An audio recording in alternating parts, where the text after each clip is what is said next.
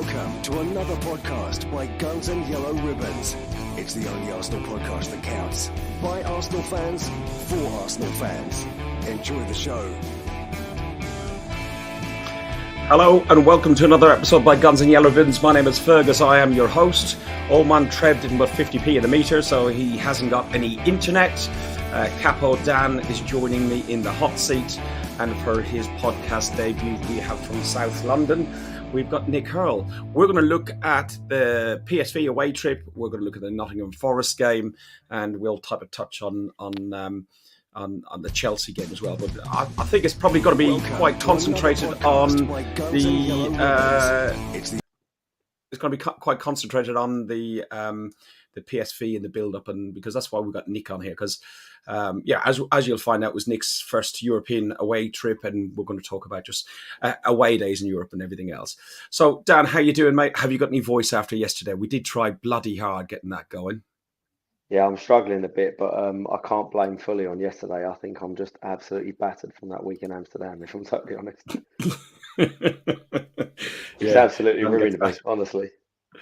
Dan gets battered everywhere he goes. That's another new song, that is, Fergus. Yeah, you got a few new songs, and we'll talk about some of those, and some of them aren't very pleasant towards myself and my backside and my wrist and my leg and other parts like that. Nick, how are you doing? Welcome to the podcast. I know you do watch, and your dad watches, and we meet at games. I've known you for a number of years, and we were chatting in Eindhoven, and you said, "Oh, you're going to come on to the podcast." So we said, "Yeah, why not do it?" How you doing? I'm good. Yeah, it's good to be here. It's just a great away day as well on the day. Somebody, gingers get battered everywhere they go. Dan, that's obviously Moroccan sunsets more than gingers. Yeah, but there we go. I don't know. I think they're probably talking about Nick, aren't they? Nick, are you a little bit ginger, or is it just me? I'm a little bit, maybe the fringe. Blonde, well, I would say. we finally got a ginger on the show, so. Guys, look, we'll talk about PSV away.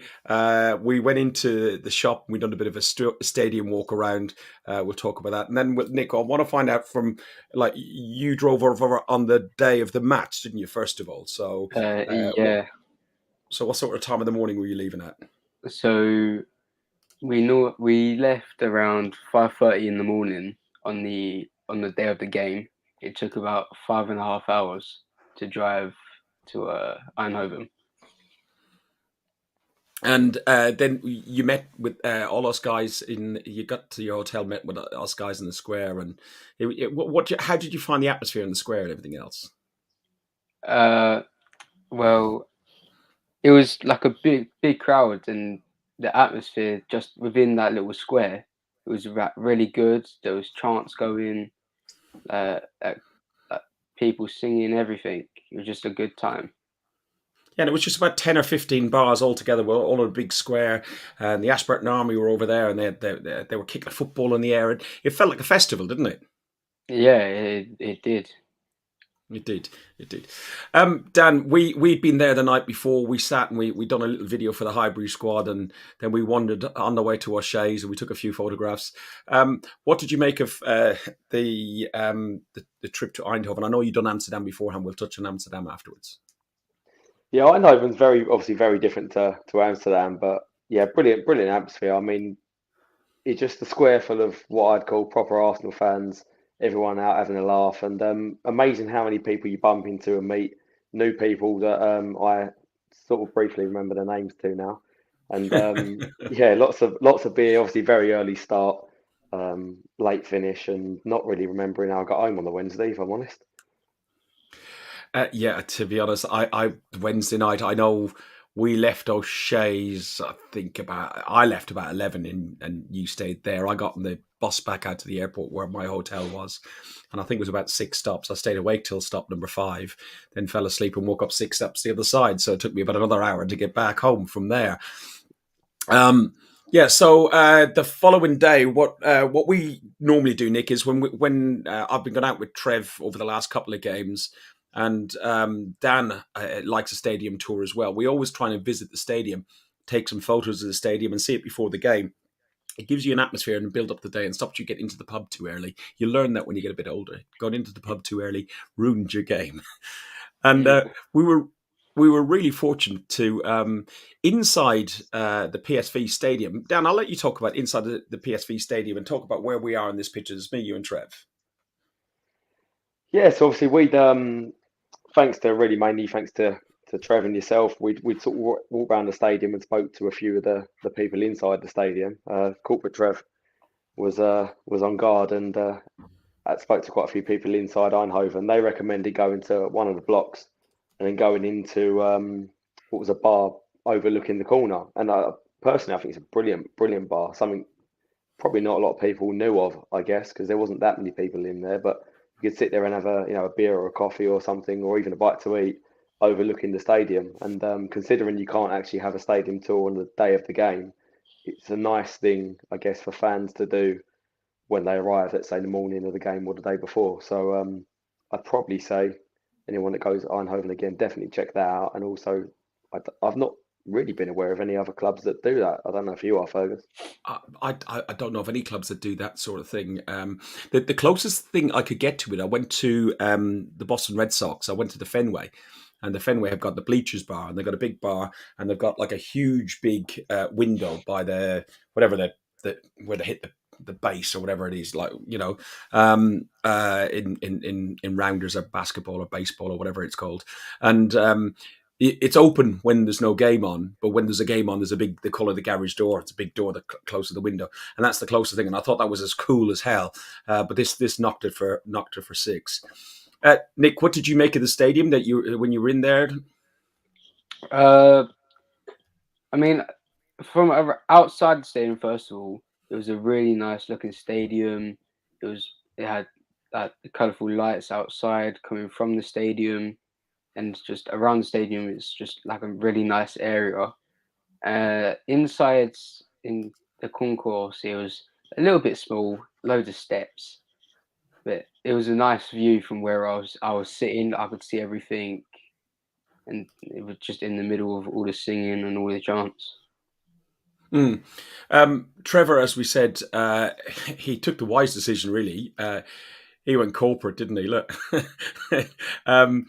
How did that come about? There was corporate.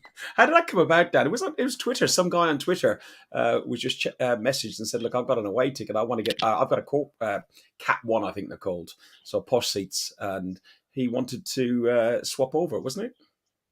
Yeah, obviously, I know Trev. He doesn't like to sort of slum it with us lot now in the away end. So I know he likes to be a bit posher now. But yeah, some guy on Twitter was just wanting to swap, and obviously a good deal for both. Whereas, yeah, I don't know. I don't go corporate very often. I think I've been there once, and it's not for me. I like to be in there with the sticky floor, sticky shoes, and sing and beer all around.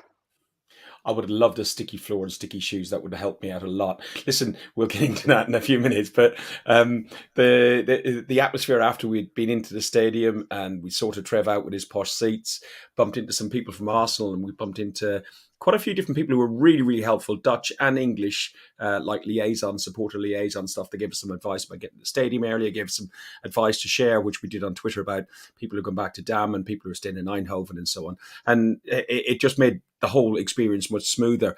Went back into the square, then that's when we bumped into Nick and Dave and Nick and Sam and was it Joe? I can't remember. Who's the fifth guy in there? Harry. Harry, that's it. Yeah. But I can see I'm getting as bad as Dan with names. But we bumped into them, and it's exactly what Dan was saying. Because you're in the town for a day or two, when you go to the football, you bump into somebody, you say, "Hello, mate, how are you doing? Well, I'll see you guys in the pub and we'll shake hands, we'll talk for a couple of minutes, then you move on to somebody else." But when you're there for, how many hours did we sit together? 3 or 4 hours, Nick? And just chatting? Yeah, I got there around 1-ish and we ended up leaving around 5. Yeah. So yeah, it's 3 or 4 hours, and you sit and you chat, and Trev got to know some of them, and the different people get to know each other, and it's just a really good build-up. But what did make us laugh was there was yourself enjoying your first away day, and there was a guy who was a young lad. We were hoping to get him on today, but his name is Billy, and Billy was on his first away day. He's 11. How old are you, Nick? You're 15, aren't you? Yeah, I'm 15. Yeah, this young lad, he was absolutely loving it. Shirt off, above his head, and he was joining all the chants. What did you make of that? Of how he enjoyed his day, Nick? He looked like he really enjoyed himself, and when he was there, he just created like loads of like funny moments, just starting songs. Everyone was just like singing with him, and it must have been a really good experience for him. Yeah, exactly, and he helped, like you did, and like everybody else, helped build the atmosphere. Dan, talk about like just seeing the young people enjoying themselves and experiencing that. I mean, firstly, shout out to Billy. He's just an absolute hero. He really is. I mean, 11 years old, as we said, everyone's going to go back to school and say, "Oh, I've been to the zoo, I've done this," and he's like, "Oh, I've done PSV away." And it's not as if he's just sat there and just attended. He was getting right in and amongst it. I need him in with us at the North Bank. I think he'd start creating more of an atmosphere than we would. Yeah, he would do actually. I don't know what area in the ground is. His dad was called Billy as well, so it was the two Billies, and we did go up and say, "Is it all right if we share that photograph?" Because obviously you're taking a picture of a young lad. It's only fair that you talk to his dad and say, "Look, do you mind?" And then Yeah. Can I he just also come up. just say that he is a great lad and testament to his dad. For 11 years old, very, very well spoken, very well mannered, and on top of that, quite clearly in years to come, he's going to be maybe a future Ashburton Army lad. I reckon he could fit in well. I think so. I think we got a future Ashburton Army down below us anyway there, especially the way with the hood up early on before you come on air. He looked proper Ashburton Army. All you need is a mask, Nick. That's all you need. No, Um, not for me. Not for you. Listen, it's horses for courses. We went to the stadium. We got to the stadium about 5:30 because we didn't want to get caught up in any sort of escorts or anything like that. And we had a couple of drinks. I was driving the next day, so had to be reasonably careful. Now, what did you make of the stadium and the stairs, Dan? Because as I found out to my detriment, this was bloody lethal. We arrived in the. Well, I'll let you say how we arrived into our seats. Don't know what you're on about, Fergus. I don't think they was that steep. Nothing wrong with them. It's just people having too many drinks, really. Yeah, right. He sits down away. He sits down away. Fergus Keating. He sits down So, away. so what you're not sharing is that as we walked in, we all had our tickets and our seating allocation, and everything else. As we came in, the top of the stairs just there, they said, "Like, no, don't worry about your seats, no allocation, just go where you want, lads." With that, there was like a bit of a surge or whatever, and I took a step down, and there's like little metal corrugated things to give you a grip, and I went down with a bang. I don't know how that stadium is still standing with me hitting the floor like that, and to be honest, I would have been afraid if we scored in that stadium because there was nowhere to hold you up, and with the rake and the steep of it all, I think people would have gone over. I know a couple of kids got trampled on or crushed or whatever towards behind us and so on. So I question how it gets a safety record. Like, look, you look at a rake like that. There is nothing, absolutely nothing, to stop anybody if we score there, except for that plastic and the net. Yeah. No, I think jokes aside, it's I can't believe that the level of stewarding in the away end that day because the stairs that picture doesn't really do it justice. They are horrendously steep, and when you've got people packed in as they were, not even intentionally nudging you, I felt like I was going to lose my balance at times, and genuinely, if one person goes, there was going to be a lot of people in front of them. So, as you mentioned, And young kids were squashed at the front, and yeah, it wasn't a pleasant away end to stand in. Although before and after was brilliant, but yeah, to stand in and watch the game, it wasn't great. yeah. And add to the fact that, many people have beers on board as well, and some more than others. So Yeah, it makes it a little bit dangerous. But let's talk about the game. Just to recap on the PSV away situation, that if we had got 1 point, we'd have topped that group. Nick, how did you go into this game, and what do you think about the lineup? We had Ramsdale, Tomiyasu, Saliba, Holding, Tierney, Lakonga and Xhaka in the midfield, Odegaard, Vieira, Martinelli, and Eddie Nketiah. So 8 really strong starters in that, and it's only really Lakonga, Vieira and Eddie that you would have said aren't like starters. Yeah, so I went into this after seeing the team having that full of confidence, because it's, as you say, probably 7 or 8 of our main starting players starting the game. So I've gone into this thinking this should be an easy win, as we're on. Uh, I'd like to say great form. The last few games it hasn't been the greatest, but we're still on a good form. So I was going into the game thinking we should comfortably win this game. And Dan, when we were outside the stadium, even the Dutch guy who couldn't speak any English, he was trying to say to us like he expected Arsenal to win 2-0 using sign language and so on. What did you expect looking at the lineup? I thought we'd walk away at least with a point. I don't think the 2 was what he was trying to say to you, probably, Fergus. But no, I be totally honest with you. I'm going to disagree with you there, Nick. I never thought this was going to be an easy game. And one thing with this young squad that we've got is they are not yet used to very big hostile environments away in Europe. And obviously, for example, Ramsdale, I think that was his first actual European game. So they've got a lot of learning to do in this sort of environment. I actually think as long as we can get a win against Zurich on Thursday, it would be a good experience for them, because that is something they're going to have to deal with when they go to hopefully bigger venues away in the Champions League. So a bit of a steep learning curve for them there. I also think it shows, without being too sort of negative, because I think we're in a very good place and better than we could have ever imagined at the beginning of the season. I think that game shows in some ways our depth. And I know you said 8 strong starters, but there's a few people that come into that squad that for me have taken us to where we are now and have been fantastic in and around the squad to get us where we are now. But I feel like we need to move on from them if we're going to really progress. And I'll give an example of that, Rob Holding being one. For me, fantastic leader behind the squad, in the dressing room. When you're away at a big team like that and you're on the front foot with a high line, you need to be able to progress the ball.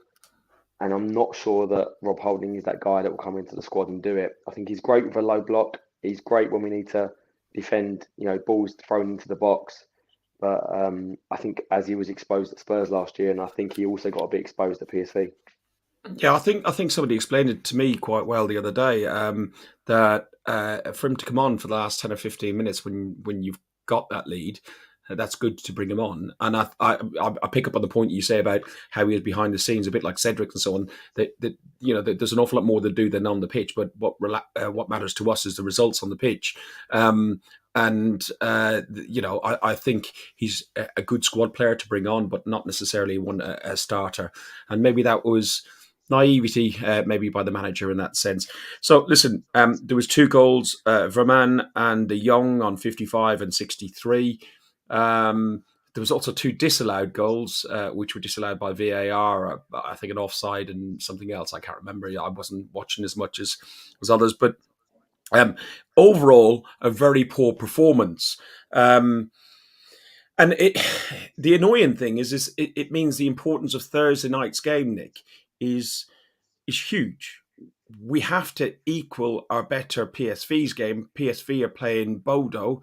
PSV are more than likely, okay, they are playing in Bodo, I believe, isn't it, in Bodo? Yes, it should be. Let me have a look.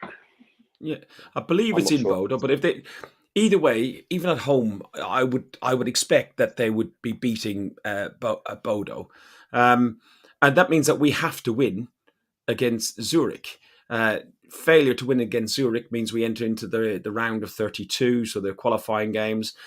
And we also means that we have to put out a very strong side, Nick. And we got Chelsea at 12 o'clock. The following, Arnie in the chat has confirmed that it is in Norway.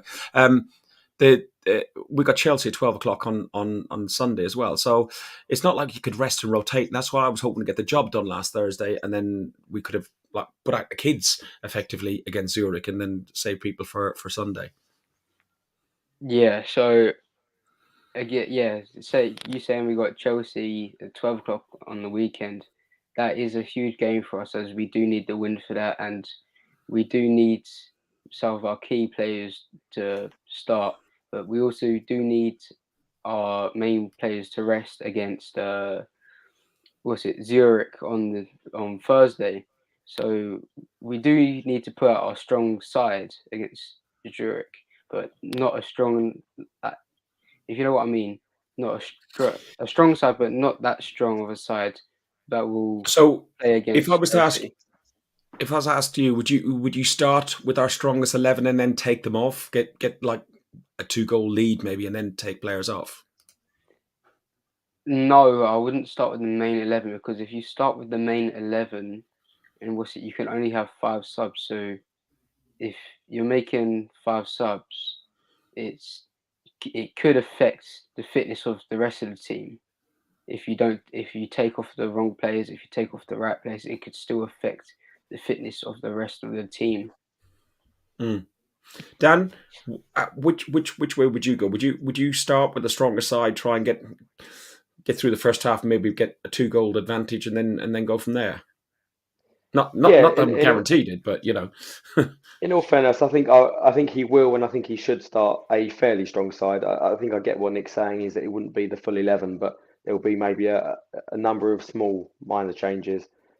I think the likes of Saka won't play, obviously, given he's had a knock. I think Partey probably shouldn't play, and then you've got a couple of players that arguably, the way they train and we're told they deserve a start. The likes of Tierney and Nketiah might start. Probably look longer for Partey, etc. But I think trying to put a positive spin on it, I think it could work well in our favour, because the last few games bar Forest, we have struggled a bit, and without going too much on Forest, it was a big step up on recent form. If we can have a similar game like that against Zurich going into Chelsea, actually, I think that could be more of a benefit than resting. So could give positive vibes. Yeah. Right, just finishing up with the European thing. Let's go with a score prediction from you first, Nick. What are you expecting on Thursday night? Score prediction, please. So I reckon it will be a 3-0 win for us. And Dan, you're going for?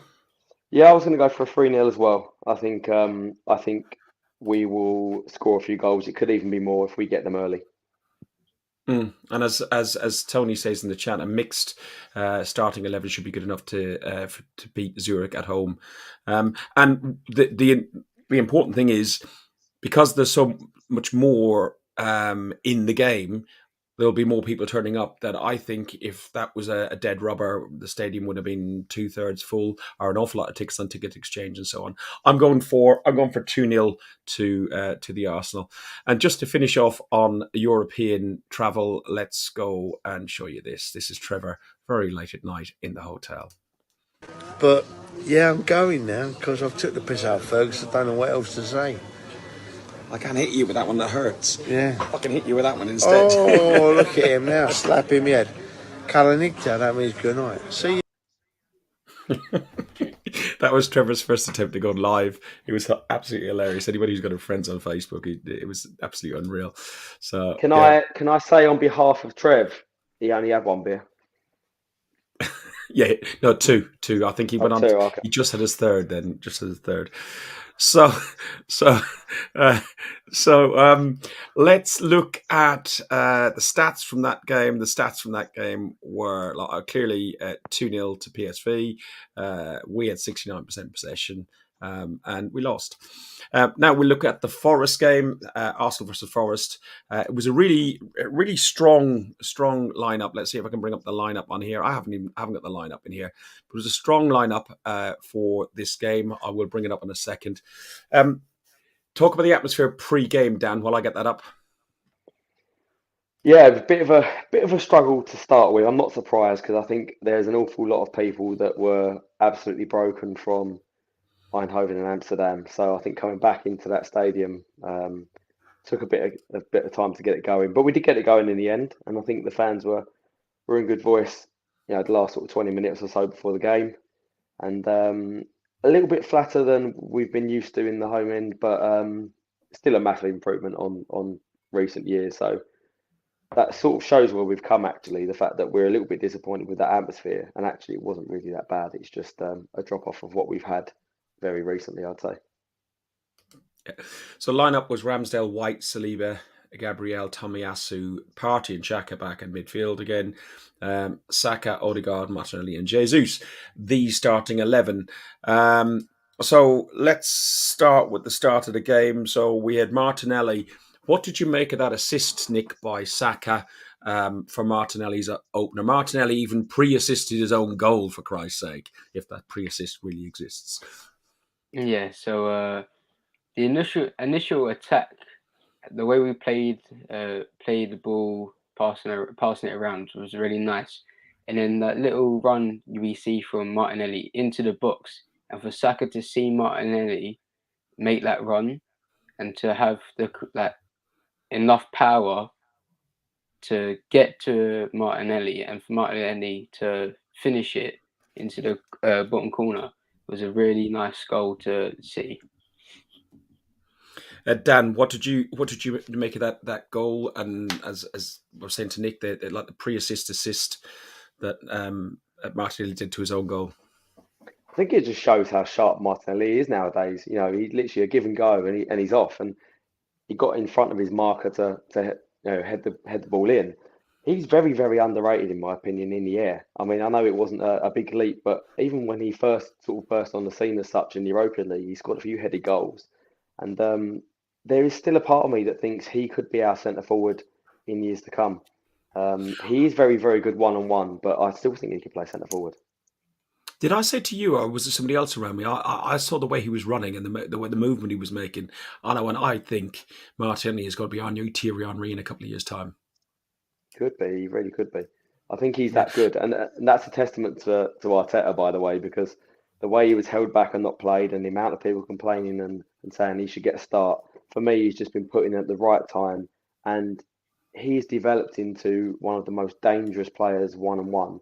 And it shows how people now, put two players on him wide because he can beat a man, he can cross a ball, he can score goals. His movement's fantastic, and for me, he's nowhere near even a finished article yet. No, and then on scoring of that goal, Martinelli, they went and got. There was a photo before the game with the Pablo Marie shirt, the 22 shirt, but this was a photo somebody's dropped off the TV to us. But the goal celebration, it just shows the camaraderie among this team. This team is definitely together, don't you think, Dan? Yeah, 100%. And as they say, form is temporary, class is permanent, and class is what the history of this club is built on. And that's just another sign of the class of the club.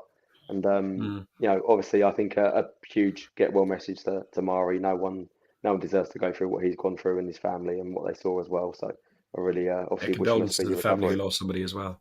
Yeah. Exactly. Steve F asked in the chat about the drumming. The drumming is getting louder and louder, and yes, it is the Ashburton Army. They're just behind the Stunchen, behind the clock end goal, and even on Thursday before when we were playing, I can't remember, PSV at the home leg, they outdrummed the PSV drummers in the end.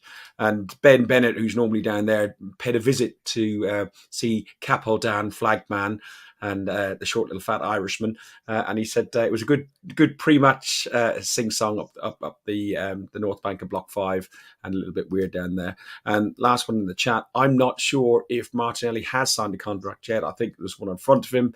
I think a lot of that might happen post-World Cup, if I'm honest, because I think the World Cup, if he gets a game in the World Cup, all of a sudden his values go up, his salary demands go up. But I do feel that they are not an issue. The Edu signing a new contract, there's talk in the press about Edu. I don't think there's an issue there whatsoever. So back to the game. After about, there was the Saka injury as well. So we need to talk about Saka. Firstly, I think Saka sometimes gets overplayed. I don't think he's rested enough that he should be, and he's not rotated. But the guy he's by far probably one of the best players that we've got in our squad. but also he gets kicked up and down. We watch him and we can see it from where we are. They're just constantly chomping at his ankles. Dan. Yeah, do you know what it is? When you're a top talent, you get targeted by players, and he's got such an ability in sort of close quarters to control and dribble with the ball, a bit like sort of Jack Grealish has, where you attract players to you and you do get kicked. He has got to learn to deal with that, and I think at times, what I don't want is for him to get a reputation for diving, because quite clearly the decisions that's gone against him, I think, are just totally wrong, and he's not a diver. So what he has probably got to do, though, is in a way toughen up a little, because he is going to get it. And, top players do get that. A bit like Ronaldo did when he was at United. He used to, a bit more whinging and everything else to go with it. But he is going to have to learn to deal with that. And then the last probably 10, 15, maybe a little bit longer of the second half, we looked a little bit more sloppy. And Nick, did you feel at that point that we were starting to look a bit nervous, and we desperately needed that second goal just to think? Because Forest, not that they really got in the game overall, but at that point, they looked like they could have started creeping back in. Yeah, so I'd say the last 20, 25 minutes, we started looking tired. We wasn't moving how we normally would with the ball. Just the energy levels were low, and it just looked like Forest had a chance of coming back with us not really doing nothing with the ball. I'm not so sure, really, Fergus, in all fairness. I've read a lot on that. People saying we had a drop off and we didn't have a great last sort of 2025. I don't really think we had much of a drop off. I think we created a couple of opportunities ourselves for Forest by giving the ball away when sort of Gabriel passed the ball to them in the box, and a great block, by the way, from, I think it was it Ben White, or I think it was Ben that had the block. But I think there's a misconception, because of what's happened in the last few games, that we have tended to drop off. I think we just didn't take a couple of chances again. I think it would be harsh to say that we dropped off that much, in all fairness. Listen, I rewatched a bit of Match of the Day, and I know we've said over the last few weeks we watched Match of the Day and it looks like a completely different game, but I don't think you could even hide the fact that Forest were poor. But it was leading up just before half time that they did get an opportunity. I think that was the opportunity. That was the opportunity for you to start a song. It was like 21 players, and you still always be crap, Dan. So that, and I think it was Lingard or something like that had an attempt, but it was nothing. And then the guy who came on for Saka was Reiss Nelson. Now Reiss Nelson, very much on the fringe player, been on a few loans, and he's been back in the squad. And we expected him to either be loaned off again or probably even sold, Dan. And he came into he played the end of the first half, and in the second half he came on, and he got a brace in less than, I think it was 3 minutes. So he hadn't scored for nearly 2 years and 100 hours. Granted, he hadn't played very much for us, but then he gets 2 goals within 3 minutes. What do you think of his performance? And let's talk about the first goal, because the second goal is just outstanding for different reasons, and we'll go into it in a second. Yeah, he's a guy that actually internally in the club seems to be very highly rated. I don't know if anyone's watched the programme South of the River, but he comes from a lot of the places in the academies that are going on. I think it's for Croydon area and South London, but like him and Ketia and Jadon Sancho and a few of those guys come from a very similar area, and they're all very technical guys that have basically been playing sort of cage football as a kid and that sort of 5-6-a-side football. And I think it shows in, certainly, let's say his first goal, the way he fakes and cuts inside. The guy's got a very, very good right and left foot, got great balance. He's got great close control. I think he just needs to, a bit like Eddie did last year, if he gets a run of 6 or 7 games, so we can really judge him, because it's so hard to judge a young player where they get 10 minutes here and there. He's also had a lot of injuries recently, and he's not really been in the squad that much. if from what the club are saying that he really is knuckling down, he's got a great attitude and he gets on and shows what he can do, I think fair play to the lad, give him a chance. If I'm totally honest, I'm not 100% sure that he will make it like Eddie, but these are the lads that we really want to make it because they are the guys that have come through as young kids. They're London lads and they It's all love the club. Ian Wright and Rocky Rocastle story, isn't it? That's the sort of thing because Yeah. they've come out the same stable effectively. And by the And way, before the see him kiss the badge. See him kiss the badge when he scored the goal. That's what we love to see. So a bit more of that. And I think he in his post-match interview he said something about it. He said I thought it was warm, or he put somewhere in one of the publications. I was warming up and I thought I was just going to have to warm up. Then I sat back down. Then I was sent back. I had to warm up again. And I thought, here I go. I'm just going to keep on warming up. And then I got the call to come on. I thought I need to make this count. I need to make this work. And he did. Nick, that second goal, he was just in front of our D. He defended. I'm not going to put the clip up. I haven't got the clip anyway, but he was defending an attack from Forest, and the ball went up the other end of the pitch. He's on the ground, and then 30 seconds later, he's up the other end, just reading the play so well, and scores his second goal. Have you watched that through, and what did you make of the goal? I haven't watched it back, but from when I was watching it, it was like a really nice goal that he scored, and like you said, to come on, to get his opportunity to come on and get a brace, and I think he also got an assist. He's really made his start to this season a good one for the club, and it's what we want to see at the club, for someone to come on and have a big impact on the game like he did for us. Yeah, I was just so impressed by the way that he just got up the floor, and he wasn't like belting up the pitch. He was very calm, and all the players were very calm on it. And again, from Match of the Day, Mikel Antonio said that he's seen this Arsenal side, and the last time we saw an Arsenal side play like the way they do, with the intuition that each player knows where every player is going to be, was when the Invincibles are around. I'm not saying we're as good as the Invincibles, Dan, but you can see the makings of it there, and you can see the intuition. And they knew that like every 5 or 7 passes or interchanges in play, it was the killer ball for the strike. It shows that they trust each other because that's the first aspect to playing that way. You look at a Man City and they not only know where everyone's going to be, they know that if they make the run that certain players will find them, and they've just then got the confidence to make an action and go with it, and that makes a huge difference in opening up clubs that we've had trouble in the past. And I think the more that sort of comes together, the better we'll become as a team. A question for you, Fergus: do you think guys like Reece Nelson will make it at this club? As you said, we like him to. I think it's very difficult for homegrown players to make it at any club at this high level. I think they can make it at lower level clubs, like in the Championship and maybe lower. They can, but I think in the Premier League, it's all about instant success and bringing in like the ready-made player. And I don't think if he does, he's going to be a superstar. We got Saka.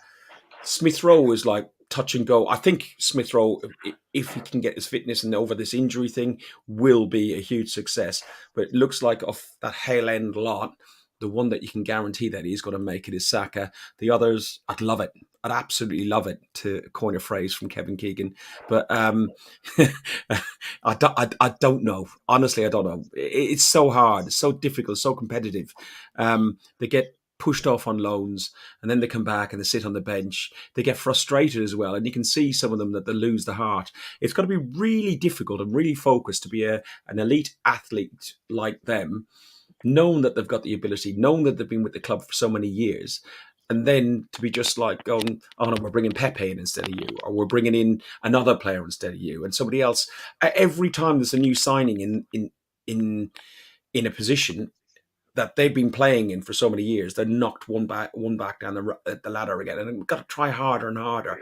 And I think that's been a cultural change slightly with what Arteta has done, and he's trying to have a smaller squad that's more focused, and he is trying to make sure that there's more of Hale End and more of Arsenal and more of people who kiss the badge because they mean they kiss the badge and they want to kiss the badge and not just for the camera. Because you talk about kissing the badge, kiss the badge for the camera all you like, mate. But if you don't mean it, I really don't care. After that, does that answer your question? Yeah, no, it's a very good point. I do feel like as fans that we near enough need a bit of a mindset change because we're all there wanting the big signings like the Pepes to come in. But I don't see that Pepe has or could do more than what Nelson has done in all fairness. So I think it's right that we give these players a chance before they're shipped out. Yeah, no, I agree. Party screamer Nick. He was doing them for Atletico time after time, on YouTube at least. And now he's had a couple of goals for Arsenal, and both of them have been absolutely great. What a wonder. And he had a fantastic game as well. Yeah, he did. With his goals, the way he kicks it, he uses like the inside of his foot, so he gets just enough curl and just enough power to put it where it needs to be. He just past the keeper, but also just inside the near post. And it's a really nice shot, and you could see as well when he done it against Spurs. The way he just took it first time, knew where he wanted to place the ball, and knew where everyone was around him. He just knew that the instinct was. His instinct wasn't like a hit and hope. It was, I'm gonna hit it, and I know where it's gonna go. Kind of strike. Yeah. Dan, what did you make of his shot? And to the both of you, actually, Nick, before I got to Dan, were you concerned about Partey and his fitness? And do you think that he's over? That's clearly people can get injured, but you think he's over that last year trying to play a couple of games, go off for a few games injured, play a couple of games off for a few games? Do you think he's now getting into a routine? He's in the last 5 or 6 starting Premier League lineups. Yeah, so I definitely think his fitness has got better, especially over the summer where all the players just had time to focus on their fitness and how they want to play this season. It's just the fact that that he's gone from many injuries last season to starting, I think, almost every game this season. Just shows that his fitness has improved a lot, and it can still go even higher than where it is now. Dan, thoughts on that goal? Just firstly on the point that was just made in the chat about on the training ground, I think that's absolutely spot on because he scored. That pattern of play is what happened in the Chelsea game in pre-season. It happened against Spurs and it's happened against Forest, and we do really dominate teams wide and we attract players and then we have space and a man over in the midfield. And it's happened so many times where he gets that space and he can just pick his spot.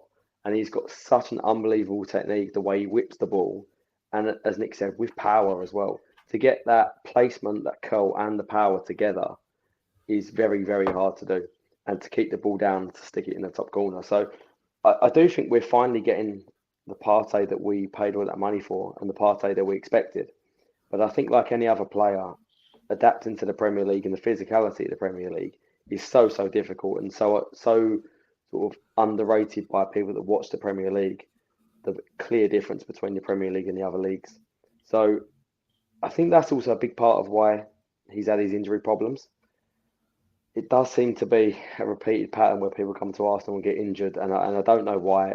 I do put it down to just being the Premier League, but he is our most influential, most important player in that squad, I would say, more so than Saka and Martinelli, Jesus, etc. Okay. Jesus had 2 assists in that game. He didn't score a goal. He hasn't scored a goal in a few games. Have you got any concerns about that? No, not at all. People criticising him clearly doesn't see what he does off the ball, with the ball, and what he brings to the team. Because off the ball, he brings an energy to that front line to press the ball and to hunt it back for others to then take advantage of winning the ball high up the pitch. He has increased the technical level of this team no end by coming in to that front line. And you can see that by his close sort of dribbling that he does and how he brings others into play. And look, if he doesn't score another goal, I couldn't care less if he plays like that and he puts the ball on the plate for others. So we are in a very good position at the moment that the goals are being shared around the squad. And I think you look at the goals that Saka scored, I think it's around, I don't know numbers, I think it's about 5, similar for Martinelli, for Jesus. Xhaka's got 4. You know, there are players now where the goals are being spread around the team. And this is one thing we haven't had for quite a while, where, you know, we've been over-reliant on the likes of Van Persie to score goals or Alexis Sanchez. And we finally got a team all around the pitch that can contribute. And that takes the pressure off of a Jesus and allows him to do what he is good at. And the goals will come. I think there is a slight confidence drop off with him, and I think that shown with a couple of his chances that he snatched at, but I think that will come. Nick, as Tony says in the chat, he's not like Aubameyang. If Jesus doesn't score, he can still contribute to the team. He's still huge. I noticed from the very first kick of the first moment he stepped on the pitch in Nuremberg, in the second half of Nuremberg, the way that he upped the tempo and how other players seemed to live up to his higher standards from his time at City and elsewhere. Are you concerned at all about Jesus not scoring at the minute? No, not at all. It's just like, I'll go back a few games. We'll say PSV, when he come on in the second half, when he touched the ball, everyone's energy just like increased. It's like he brings a whole load of energy to the team, and we'll go back to like you said, like his dribbling, he keeps it close to him. We'll go back to I think it was Bournemouth away, where he had for our first goal, where he's just dribbled past a bunch of players and got us to assist for that. It's just the way, the technique he uses for that, just to keep it close to him and get past defenders, midfielders, and to release the ball, just for us to go on to score. It's huge. It's not like let's say like it's not like a Aubameyang or like a Zet where they would like run with the ball, get tackled or whatever. Jesus would bring energy to the team, run through players, and try to win the ball back if he loses the ball. Yeah, I can't disagree. I think we just got so lucky with getting the player. I think the player, for the fee we paid, it was just absolutely fantastic. We then move on to the final goal. The final goal was scored by Martin Odegaard. Martin Odegaard, Captain Odegaard, is sometimes coming into some flack for overplaying a game or overplaying a ball and so on. Remember the first game against Palace away, there was people all over Twitter, and Twitter knows best. But just look at this still picture. Look at him. He's got 5 players around him. Yes, they are Forest players, but there are still 5 professional footballers, and he gets through them and he scores from this position. This is when he actually scores his goal. Just briefly, then go through this goal then with us, Dan, and your thoughts on Martin Odegaard. Great finish, by the way, to stick it right in the top corner from there. Near enough unsavable, I think. Brilliant strike, but he's a guy that I don't understand why he gets criticised, because one, he's our skipper and he deserves respect as our skipper, and his ability to just turn on a sixpence, to attract people. He's one of those players that you notice him when he's not playing, and he reminds me of, and I know people criticised him, but still a fantastic player, Mesut Ozil when he played. You missed when he wasn't there. The team just didn't tick as much, and there is a clear difference still between him and Vieira when he comes in. And I know Vieira is going to take a lot of time to get used to the Premier League, but Odegaard for me is already there, used to the Premier League, and he's still got massive room to grow. He keeps the ball moving, one touch passing, attracts people, and then his movement off the ball to get in the box. He's just he's got for me, no ceiling at the moment. He could turn into one of those players, a bit like Fabregas did a few years ago, where he starts to score a lot of goals from midfield. And just I'd imagine to play with him would be an absolute joy. Stats on this game then: we had 69% possession. We had 9 shots on target versus Forest 2. I only remember 1. But yeah, we dominated that game. It was a 5-0 result. It could have been more, should have been more. And funny enough, jokingly, I looked at the score, the score difference or goal difference between us and Man City before the game, and I went, "Oh, if we could only win 13-0." But I didn't think it was going to be that much, but it could have definitely been 7 or 8. So some facts on that game. First clean sheet in 10 Premier League home games. So I did send Mr. Ramsdale a text to say thanks to Aaron, because that was brilliant. Jesus didn't score, as we said, but he gave 2 assists.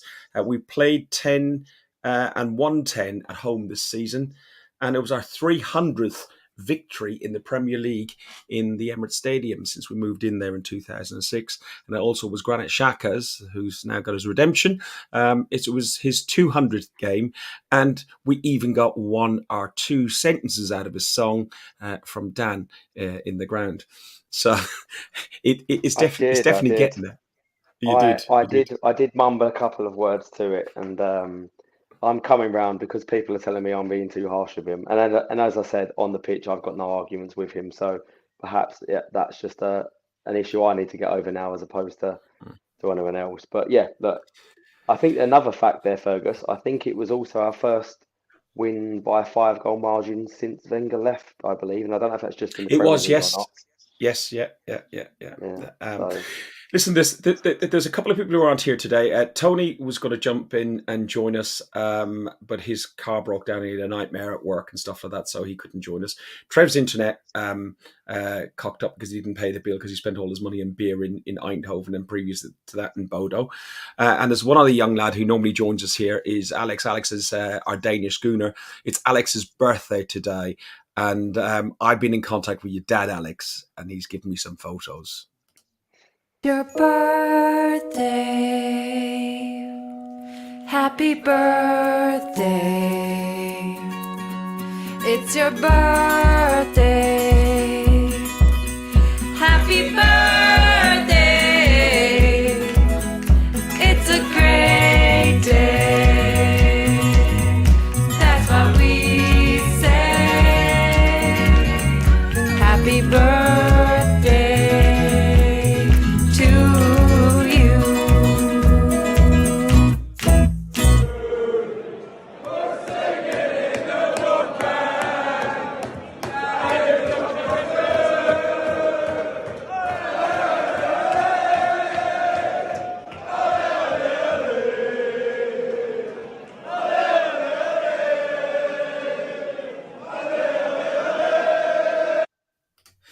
So Alex is out for a dinner with his girlfriend today. Hopefully he's not as drunk as he is in that video. Oh God, did I? That's when he came up with his mate Sven.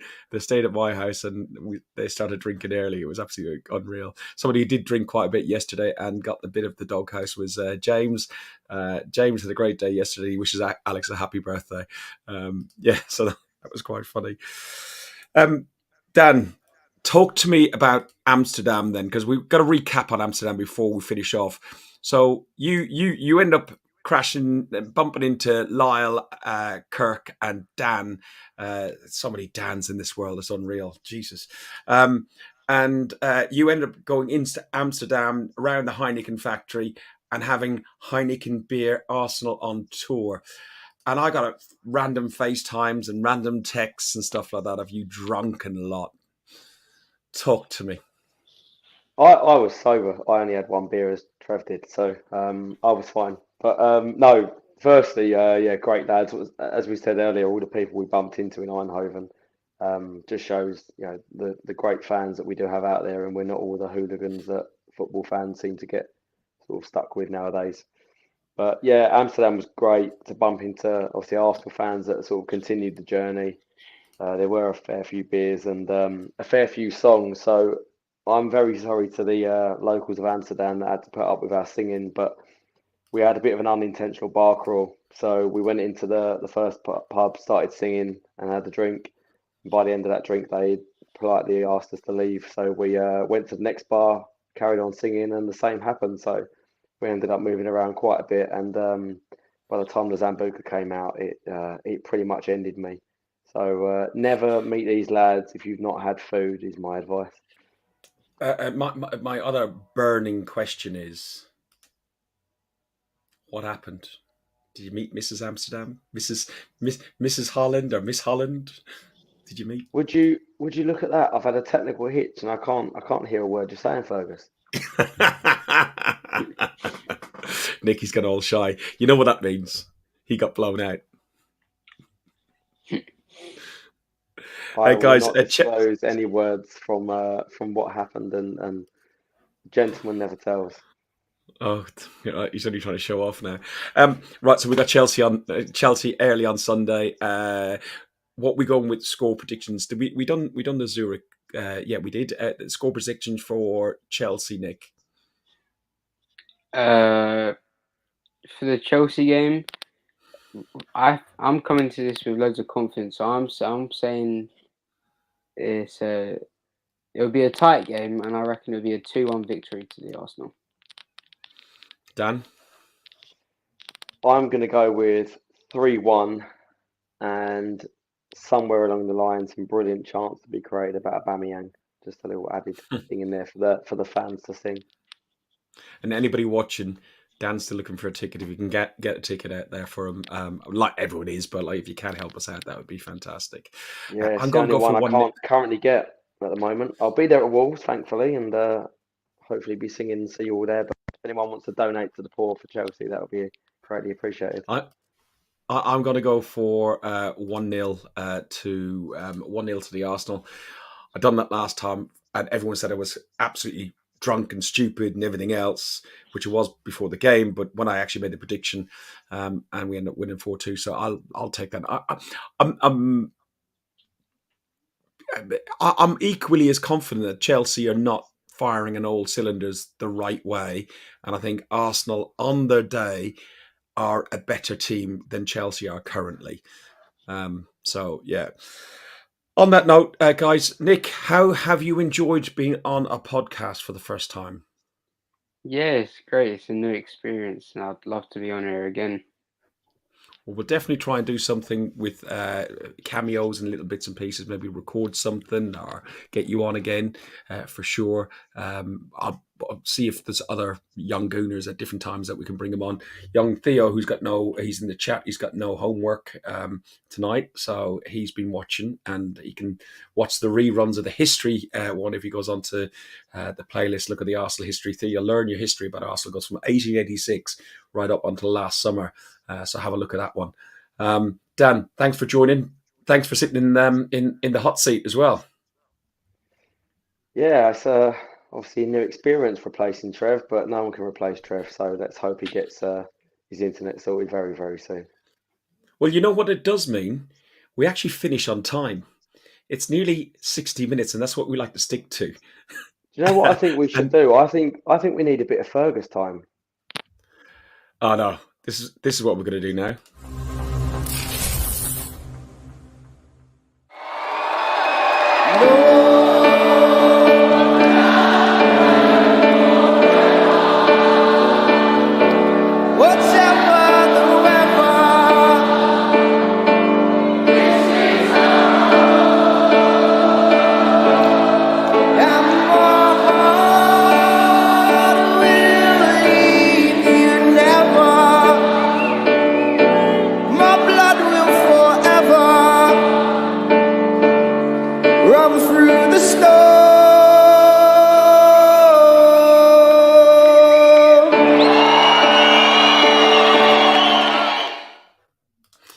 Well, guys, thanks very much for joining in. Thanks for the people who've been watching. Thanks for the people in the chat, and anybody who listens to us on audio or afterwards on YouTube and Instagram and Twitter and everything else. If you do like what we do, go to YouTube, go to the YouTube channel, click the bell and subscribe. it does help us just to raise our profile and everything else. And I've got a little target myself. Ideally, I'd like to happen before Christmas, but we've only got about 3 games, 4 games, including Zurich, to cover. So a couple of weeks before the football stops for Christmas. But I would like to get to 1,000 subscribers. We're nearly at 800 already. But if you can, do it. We are Arsenal fans. We just do it for the love and just because we're mates. Help the Arsenal.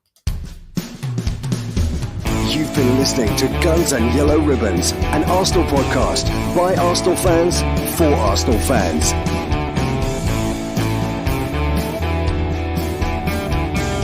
Follow us on Facebook at Guns and Yellow Ribbons and Twitter at Guns and Ribbons. And remember to rate and review us too.